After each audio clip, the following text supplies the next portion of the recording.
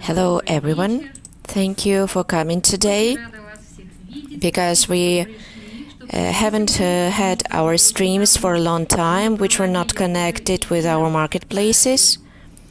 And today we decided to make a kind of a present for our followers, and we've invited to our stream wonderful legendary master Tatiana Baeva.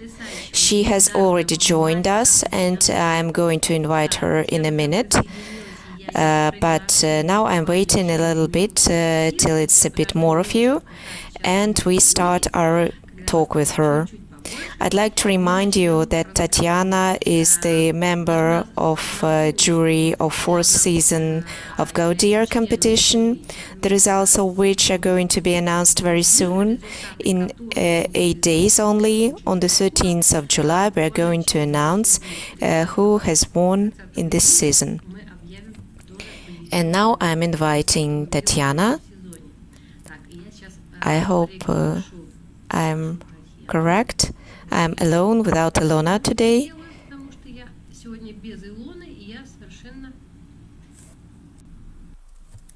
Okay, we finally managed. Great. Hello, good evening. You have day now, we have evening. Yeah, okay. Hello then. We have 7 hours difference with Tatiana. We actually calculated for a long time how to find actually this 1 hour for the interview, so that it fits both time frames. Because I'm in Spain, Tatiana is in Texas in USA. And Tatiana, it's only 1 p.m. and I have 8 p.m. So such a big time gap between us. But agree, every time when in my life I have such important meetings from different sides of the planet, and we can meet together and communicate, I think this is cool. Maybe that's I'm not a young person already who is used already to these technologies. So for me, they are just again a miracle, especially if to imagine that we are not in the big cities and somewhere in smaller cities, towns, distant from civilizations, and still have this wonderful connection when you can call any side of Earth, and it's fantastic. I think it's cool. So, Tatiana, as Alisa said, let's start from the beginning. I love this phrase, I love Alice.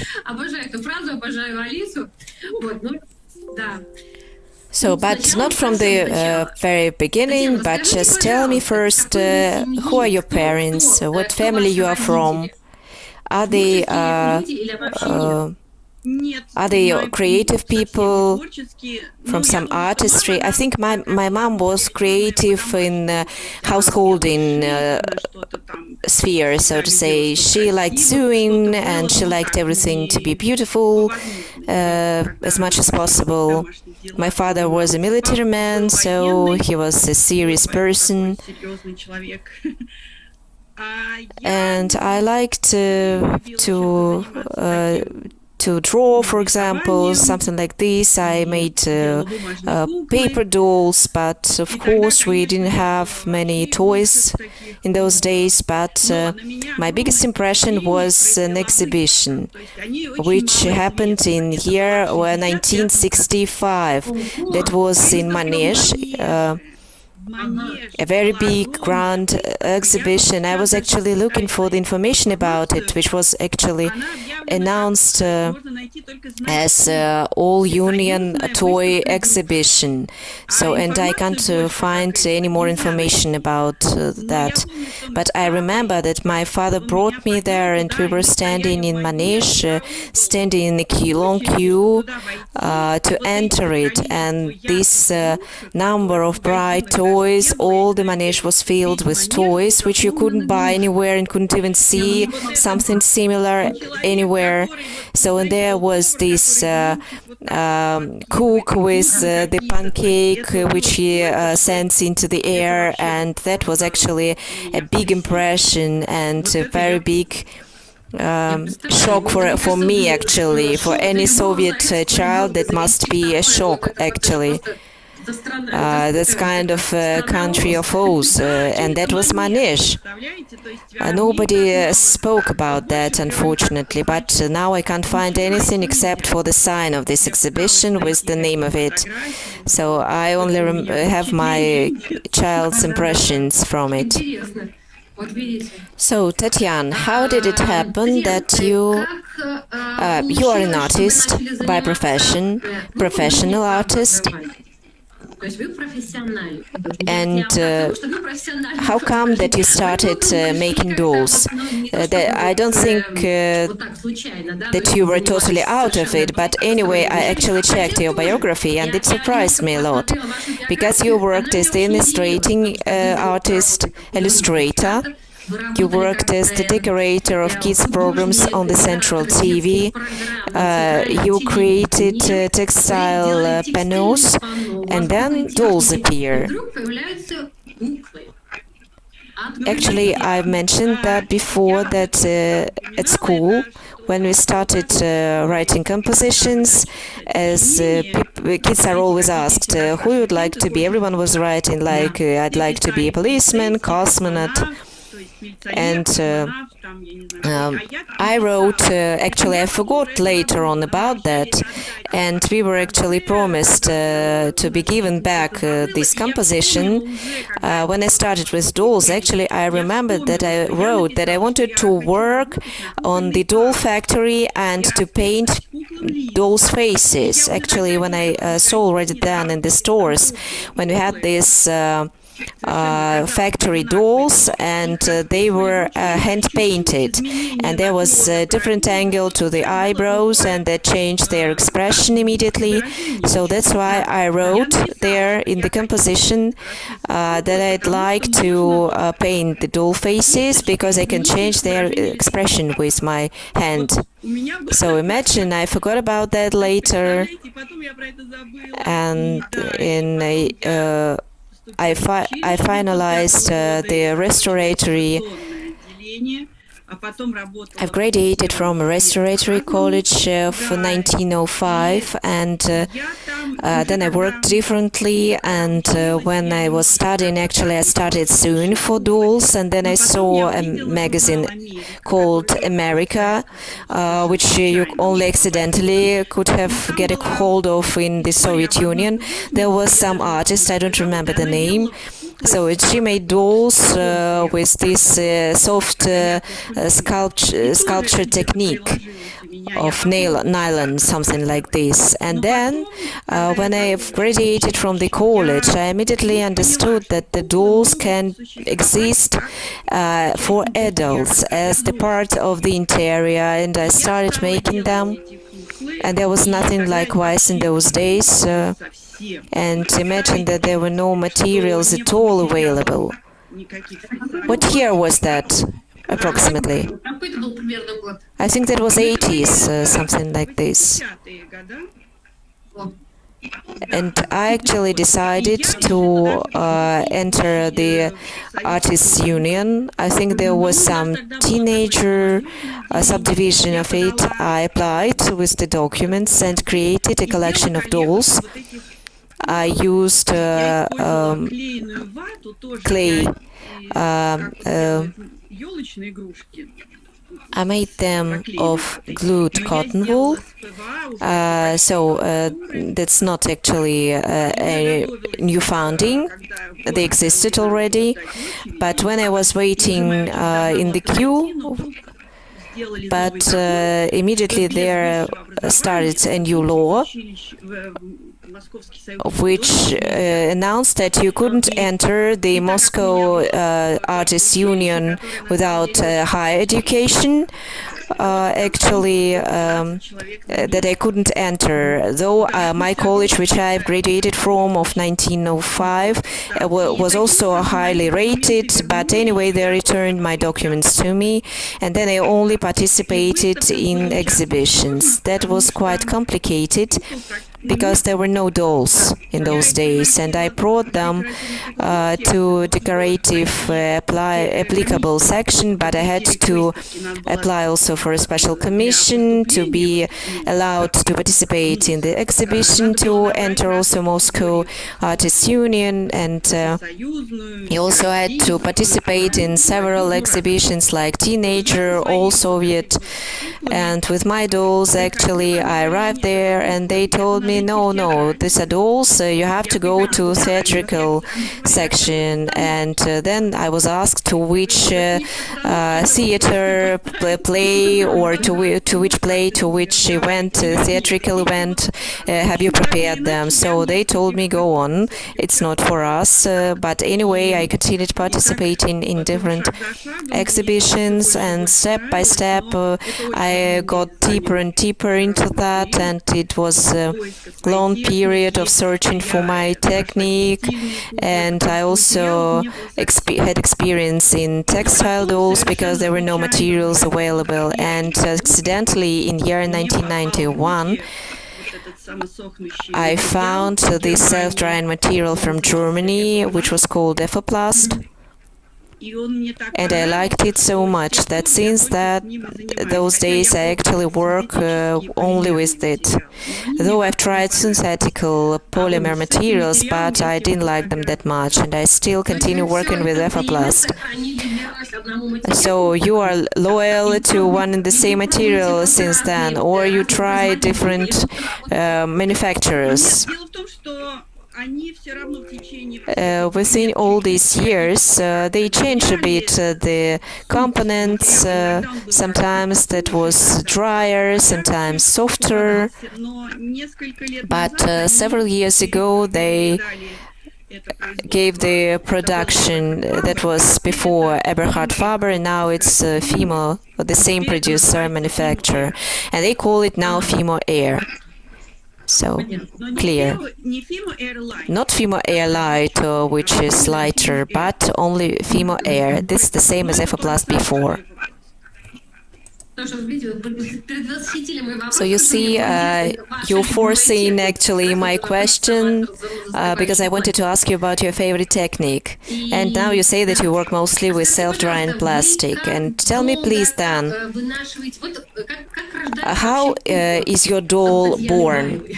The doll by Tatiana Baeva. So how long do you carry the idea in your head? Do you make a sketch of it?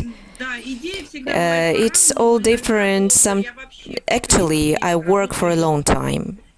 It takes me long, and I always admire the artists who are very quick, because I will sculpt, resculpt, cut, start another layer, and until I find the contact with this head, because first I work with the head. Only when I found the contact with it, only then I managed to do something. And it seems to me that with time it grows longer. It seems to me that before I was quicker, and now it takes me longer. Are you angry with yourself when you have some idea, want to achieve something, and you can't? Or you are fine and calm? When it was some exhibition stuff and I had to finalize something, and I finalize it in the latest moment and then just immediately run into the last moment to put them in place for the exhibition. The main thing is not to look at them later, because then you would always think that, oh, I should have changed something before. But usually we see all the faults, all the problems. It's better not to look. That's annoying. But of course, some dolls can be quicker, some slower.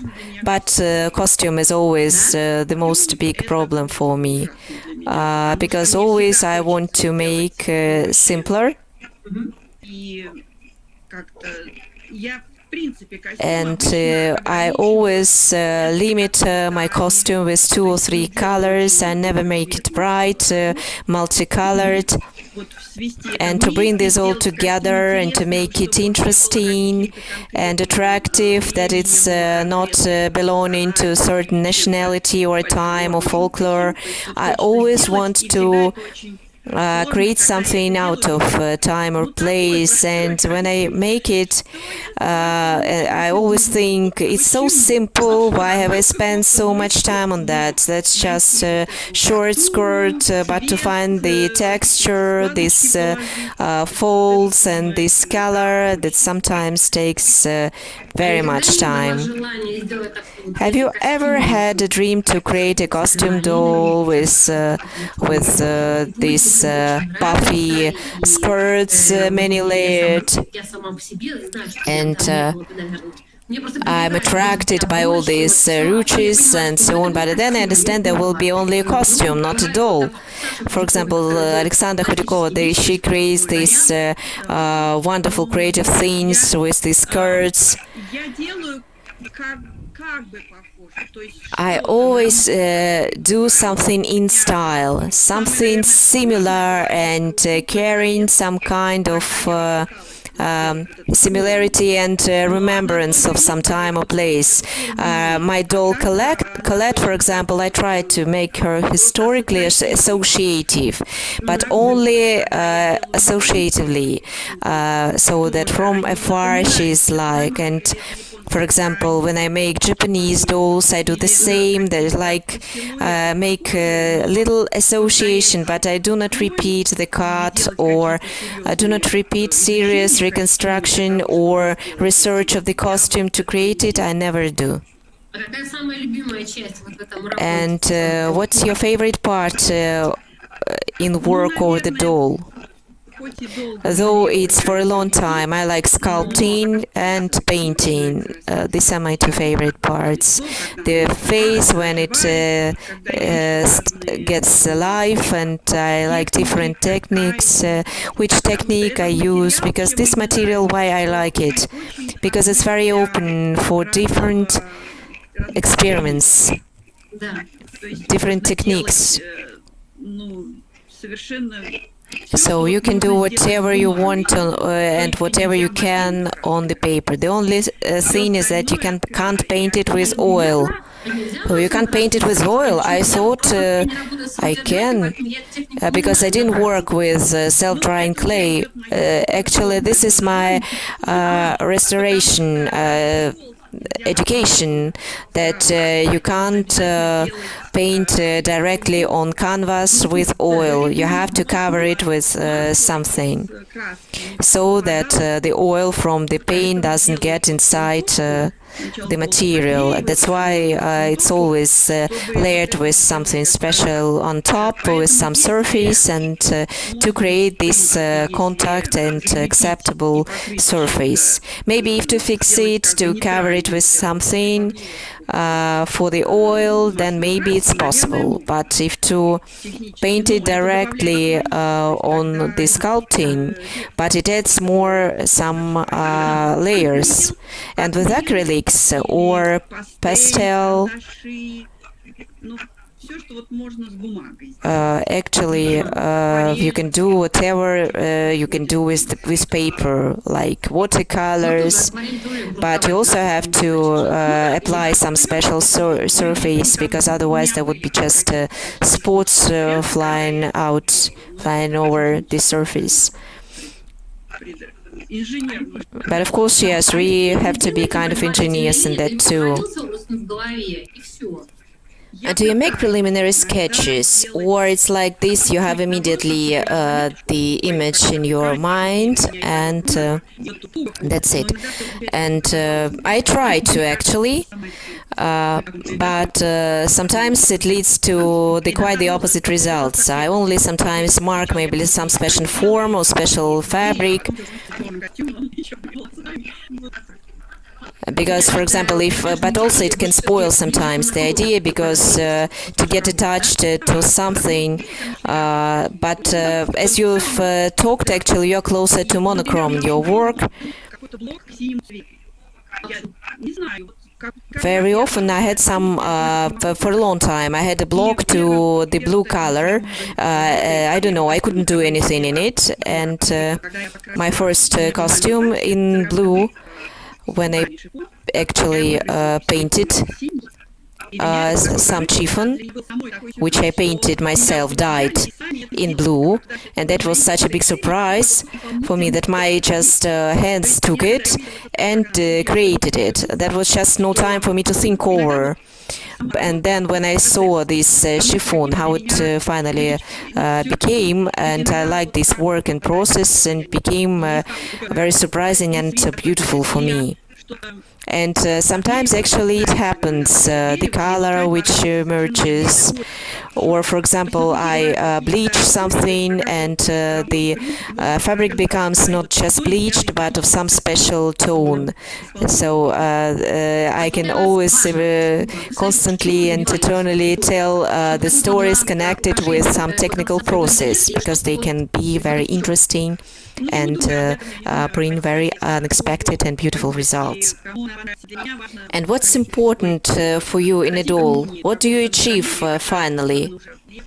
That it can fit any interior, or what's your goal?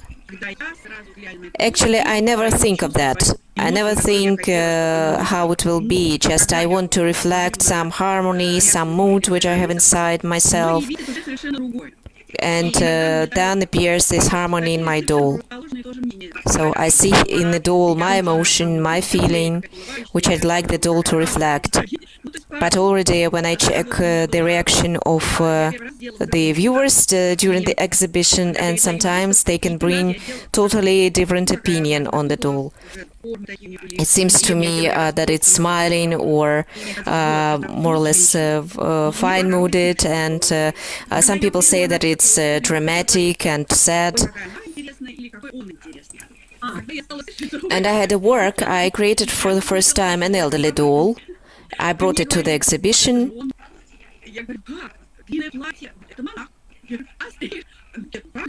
And I wanted that it's an adult lady with a short cut.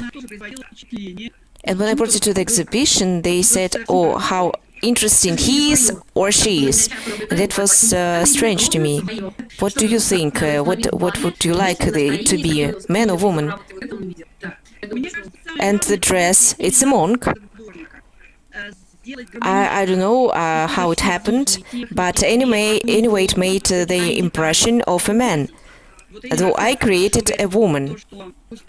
Yes, I absolutely agree. Everyone sees their own reflection, their own ideas and feelings. I think the main thing in the work to make it harmonic, to use all possible technique, color, a combination of details to express your ideas, but to create it holistic, that it looks unified. Do you have some lessons now? Do you hold master classes? No, I made several master classes, how to create the hair, how to create the haircut. In our recent interview with Ima Naroditskaya, she's also the jury of this season. She also mentioned that she was your student.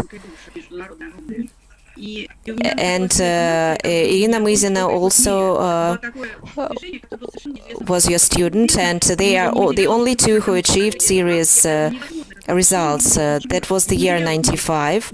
There was nothing available, but I already visited NIADA conferences and represented at the toy fair my dolls, which is the international exhibition. Actually, that was a movement which was not known in Russia at all, and I visited it and actually could share this information. And I can mention that Ima and Irina Mizna are the two main people who achieved a lot of result after my class. And I actually brought this external information to Russia because I also told them about NIADA, about the magazines, everything I knew by the moment, and once a year or twice a year I hold also different classes, and then the materials appeared in the stores. It started to be more available and affordable.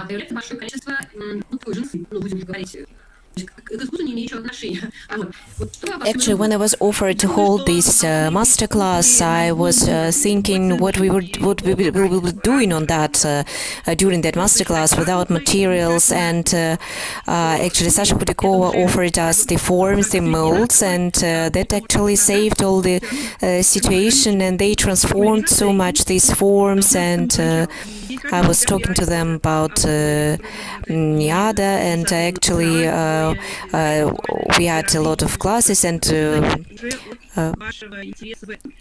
that was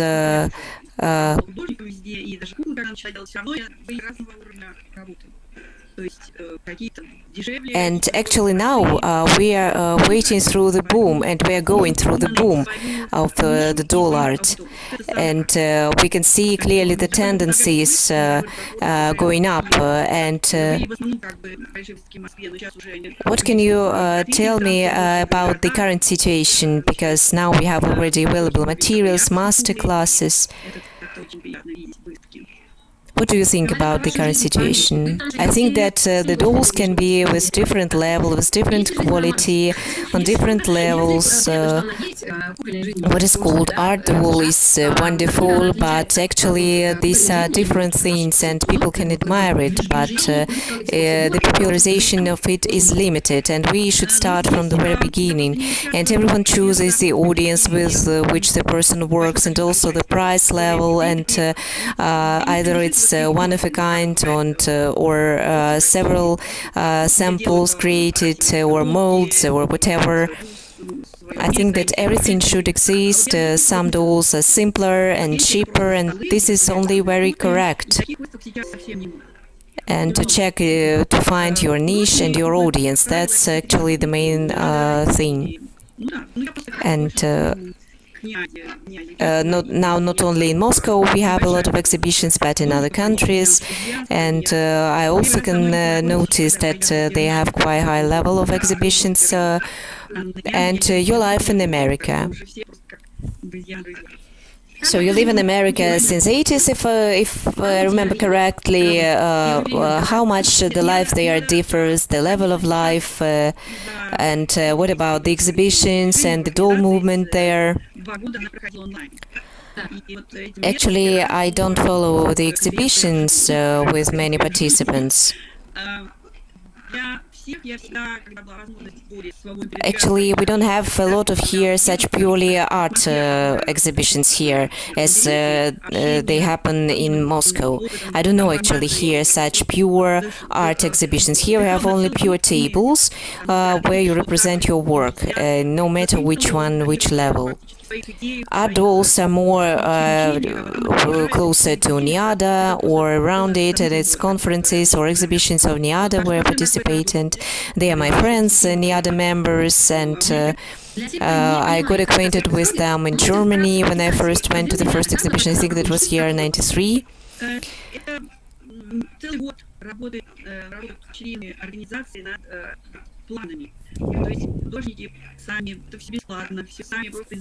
I visit NIADA since year 1993, and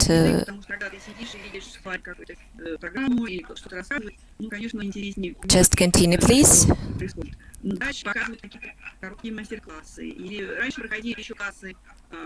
Of course, now because of all these complications and limitations of movement, and for 2 years NIADA happened online only, and this summer it will be the first time,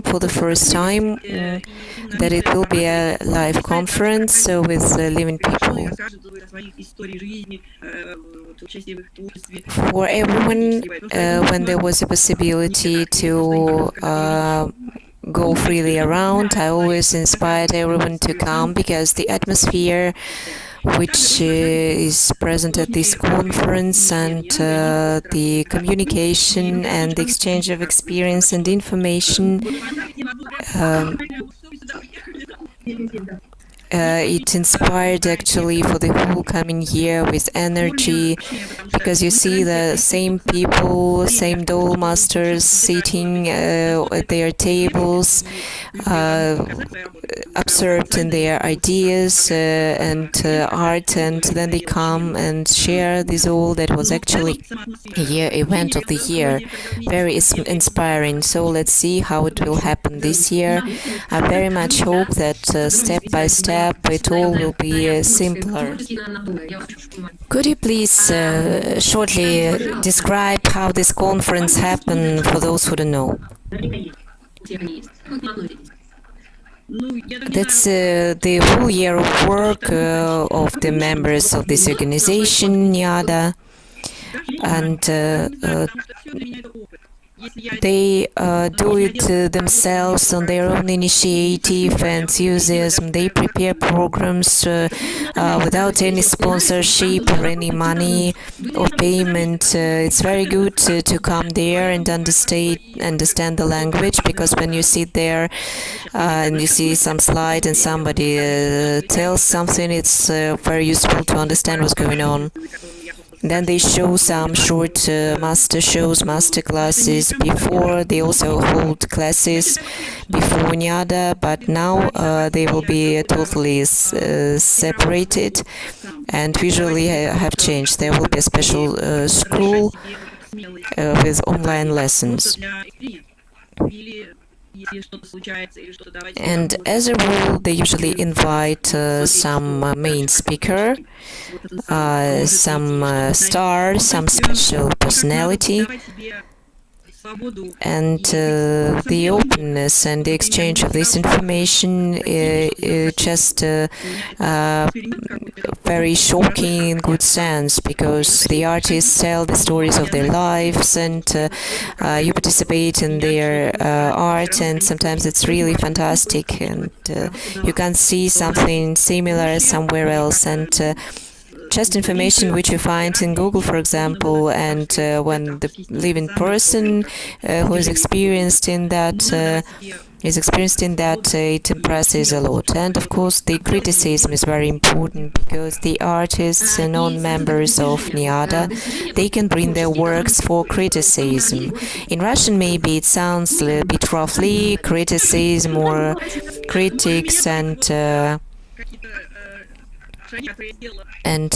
it's all there, and we try, and I always participate in this form of communication when we give feedbacks to work, and we always try to find something and support something, and to show also advantages of the work, not only disadvantages, because officially they can't be presented if they are not members, because during the conference only the members of NIADA represent their works, but in general the atmosphere of communication when we go somewhere, do something together, this is very nice and very good, of course.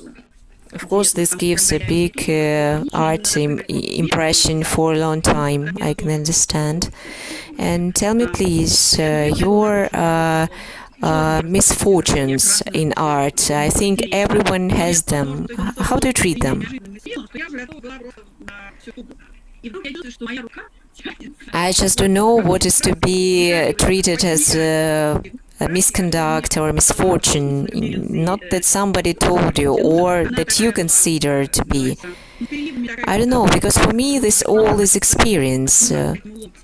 If I do some work and it seems to me totally wrong, I would just redo it. So I don't leave it as it is. If you don't like, so you finalized and you see something is wrong. It all depends, of course. It depends on how much I am displeased, or with what I am displeased, and if it's ready finished work. Even now I have one which I will redo. So that's the way I treat misfortunes, I would say. I will just totally change, totally redo. And maybe that's the only work which I didn't understand, and but that wasn't a misfortune. That was kind of my art way. And I in general think that everyone has a right to give to yourself the possibility to reconsider your experience, to give yourself rest and allow yourself to be brave at some stage, just for an experiment. Or if something happens, you should give yourself time, break, and to look from a side and to see how it will go on, and to work with your art potential, maybe to help you. I think that we have to give yourself freedom to be yourself, and it's really complicated, because it's always complicated for me to go from my way, to go from my style, and to do something totally different. For me, that would be a very difficult step, though I tried to do so, but I know that for me this is very complicated, and I know the artists who freely, easily change something, still keep their style, but going in different directions. But it's very important to find your style, that the work is recognizable. It can be simpler, it can be smaller, limited or not, but that your author style and your author face is still there. I think that's the highest level of the artist, of artist achievement. We should be brave, and we should give these possibilities to ourselves and to experiment. Could you please name your art achievements which make you most proud? So looking at something you say, wow. But for me, maybe the steps which I did in some totally different style, and moving away from my general line, because sometimes it seems to me that why can't I do something different? Why are they so similar? And I sometimes even am angry with myself a bit about that. But when I allowed and I succeed to distract and to go far from my usual style, I think that it's a big praise for myself and big gift for myself that I managed.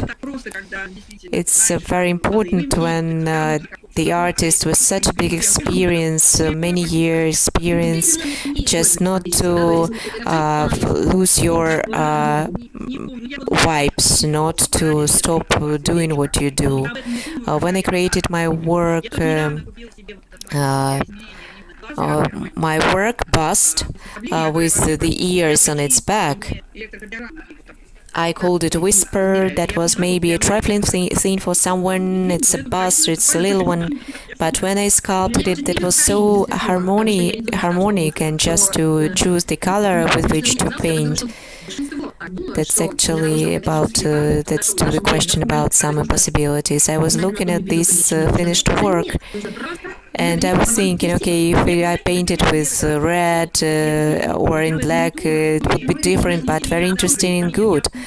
because for me that was so brave and unexpected even for me, because I was ready then for an experiment. And then I felt that my arm goes to stretches to the paint box, and without looking I've selected the paint which was given to me by one artist during the conference. Just that was the color called with some pearl effect, so something like pink greenish, depending on under which angle you look at. And I was thinking that it's not mine.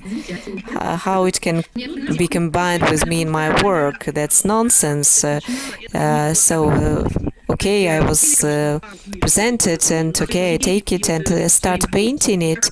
My daughter comes and she just gives a call to my son saying that you have to see this, something is going on with my mom, because I was just painting it. And okay, let it be.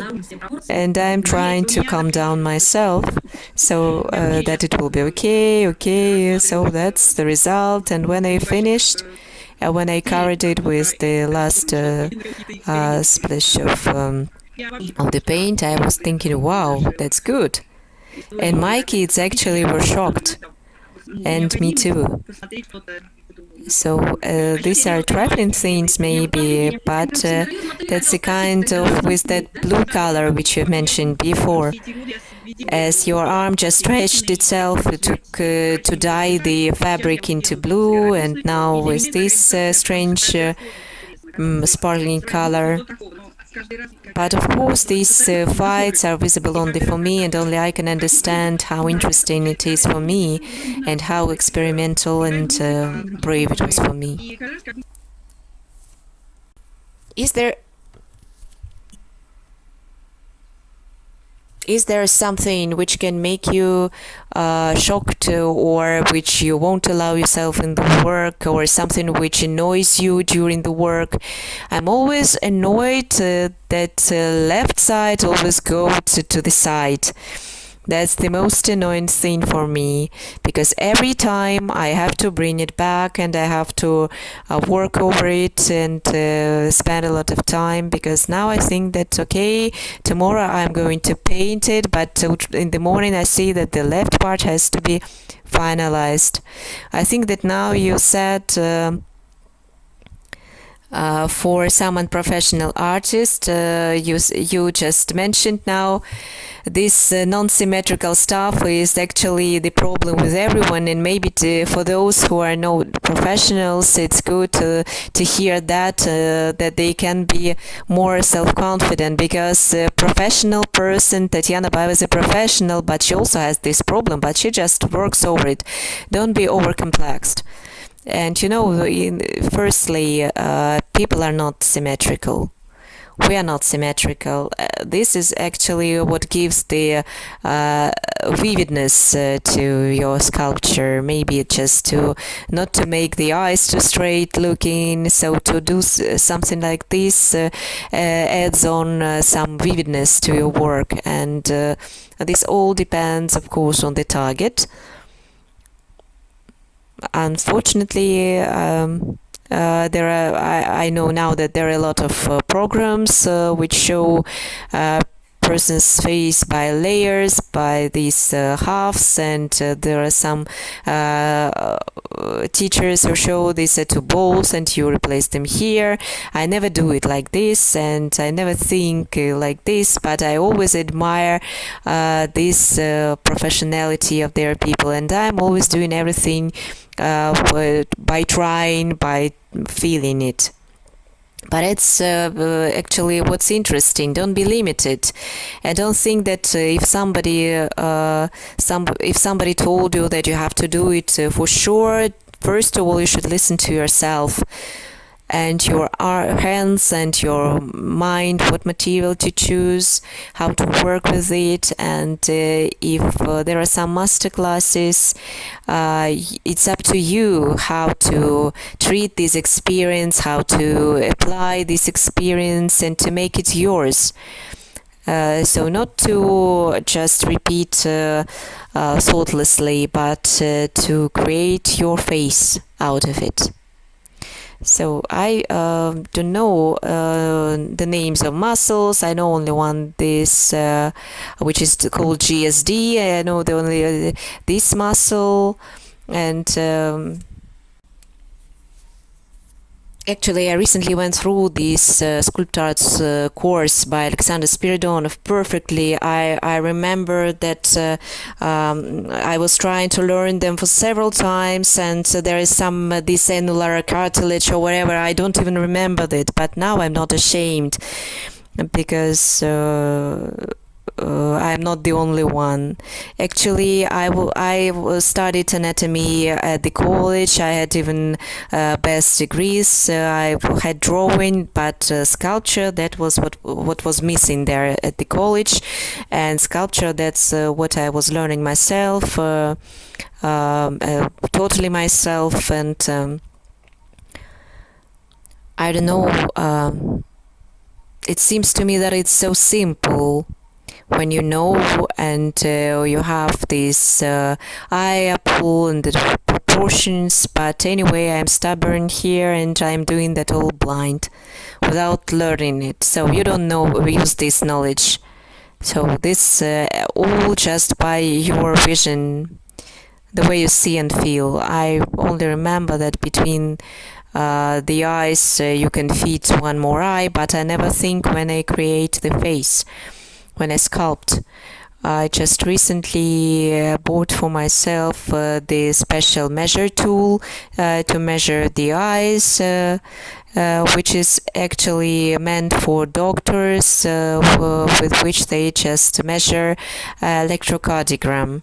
They measure, and I understood that for such small details like eyes or ears, that's very useful, but that's just recently.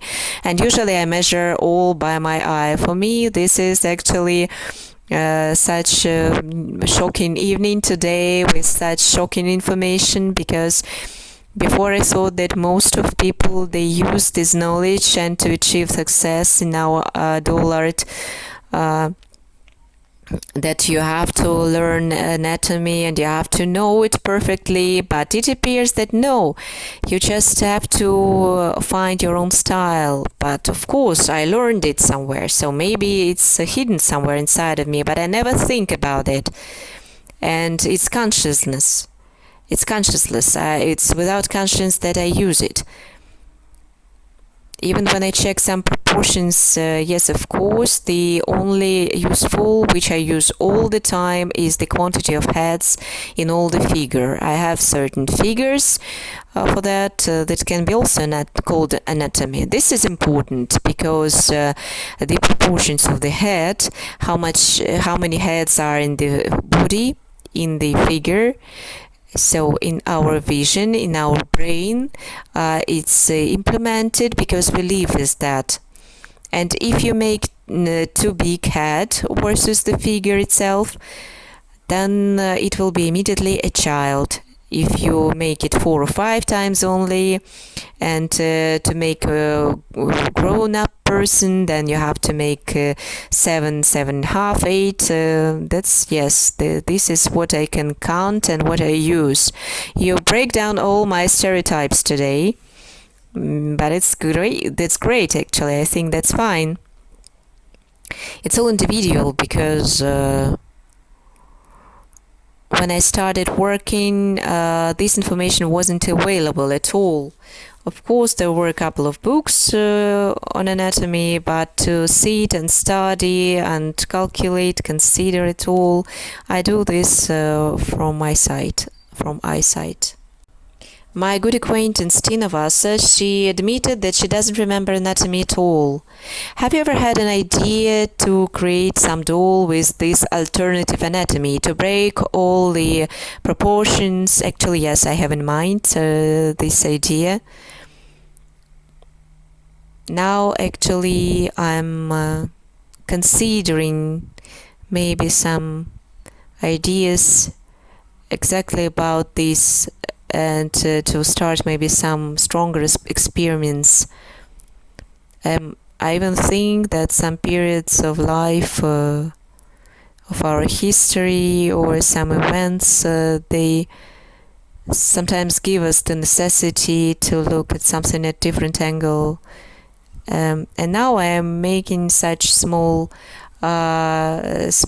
ornaments and small decorations. And I wanted to ask, actually, I was looking at this pendant you have, and I wanted to ask about it. And everywhere where I could, I bought different beads, and I very much like to collect and assemble the different ornaments and these laces. And actually, when I do it from time to time, every time I do,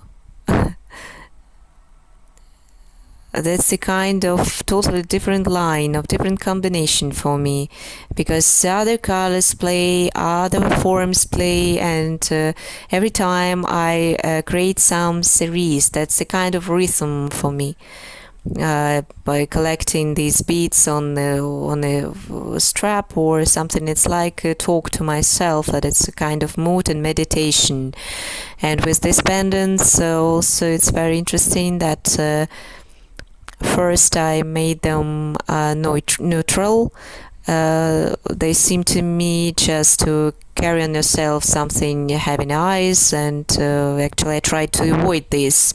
I made them of the same tone, and but when I made another experiment, I draw actually brighter eyes. I understood that it's more interesting for me and for viewers, for people. But this doesn't mean that we'll do only dolls. So of course, that's the same as with dolls, because some doll can be admired by one, and another doll can be admired by others. But just you have to meet this person who will admire it.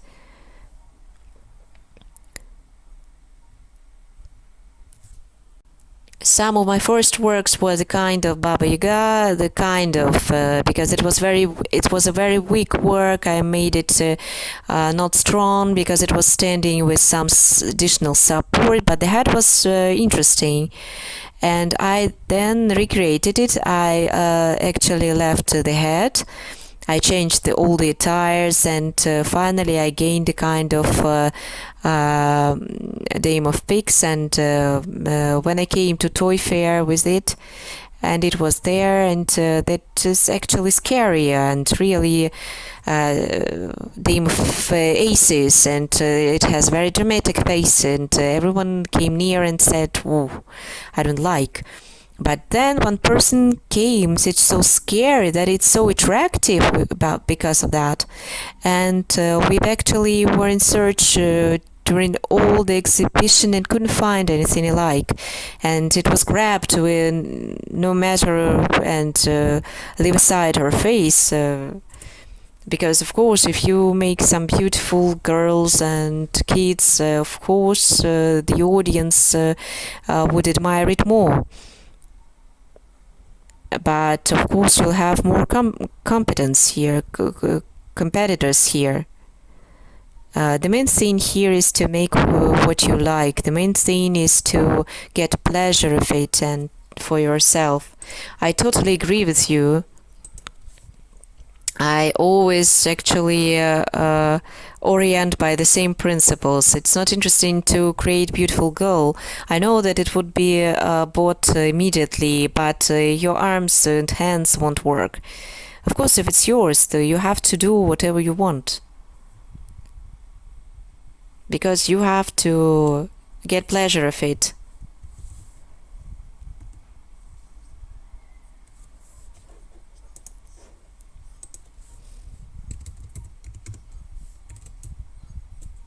And regarding the exhibition, just to finish, on the 30th, we are going to publish the results of the final results of fourth Gaudier. People are sitting and waiting. Tell me, please, in your life, competitions, do they have any weight or meaning, or your life was somehow, as it has passed a bit, this nerve-destroying situation and process, and sitting and waiting for the results? Actually, maybe there were, but I don't know. Because mostly they happened when I wasn't worried anymore. They started happening already when I had more or less my base and my position. I think that competitions are important, but you shouldn't be too serious about it, not to be disappointed if something went wrong, or because you should treat it as an experiment, and each step is an experience. And I think that the competition itself is important, just to adjust yourself, to tune yourself, maybe to have some challenge, and that you try to be in line with the theme, and to be aligned with what is required. And it's important that you can work over yourself with that. And what is after that? I think it's not that important, because it's a challenge to create some duel to a certain topic or theme. This is what is difficult, and this is what makes you stronger, and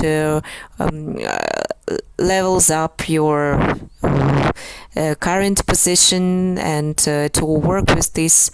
So of course it's interesting later on to see what the others did, but for me the main award for myself here is to step aside from what I do, and through my picture of the world, and through my meaning, understanding, and perception, to create new artist story, new creative story, especially when the topic is given. This is the intrigue. And this is what's interesting and challenging, because when there are just exhibitions also with topic, is also the same thing. It's a kind of a challenge. If I can handle it, if I can handle this topic, and how I will perceive it and show it. Of course, when you do something just for yourself, if it's understood or not, it's your personal discussion with the audience. And here the audience itself sets for you this task or goal, and it expects from you to solve this task. Not when you're kind of a director of the orchestra, but when it's vice versa. So when you have to start understanding and showing your understanding of this the given topic, this is the intrigue. And actually I participated in such exhibitions with a given topic, because this is very interesting. I agree. So okay, Tatiana, our interview has come to its end. Thank you a lot for the meeting. That was very nice to see you live, because remember we discussed with you about the written interview, and I was thinking actually about that, and I was inventing the questions, was thinking that okay, I will ask this question, but there will be some question, but maybe I would ask going deeper into detail, and that's why I wanted to have this live discussion. Thank you for agreeing. I think that was very interesting, and very useful for most of us, and some people will watch it recorded. So thank you for what you do, and thank you that you are so nice, and you are so pleasant, and it's true. Thank you, and that's great. Thank you. Thanks to the internet that we didn't have any breaks or problems, yeah, because there can be some issues sometimes. Because we both have not very good internet, but it all has passed more or less okay. Thank you all. Thank you for the kind words and for your questions, and I wish to everyone, creative and artist, success and search and findings and support of your art. Thank you. Bye.